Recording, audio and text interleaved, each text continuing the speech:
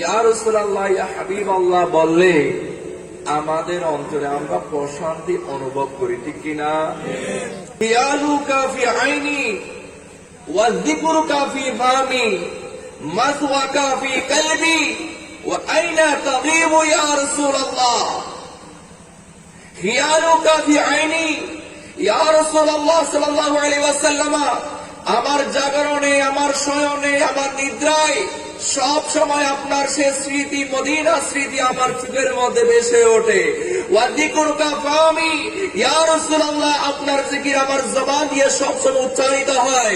মাসওয়াকা ফি কলবি, ইয়া রাসূলুল্লাহ, আপনি যদিও মদিনায়ে মুনাওয়ারার মধ্যে আছেন, না না না, আপনি মদিনা নাই, আমার কলবের মধ্যে আপনি আছেন। সুবহানাল্লাহ। ওয়া আইনা তাগীবু, ইয়া রাসূলুল্লাহ, আপ কাহা আয়ে থে?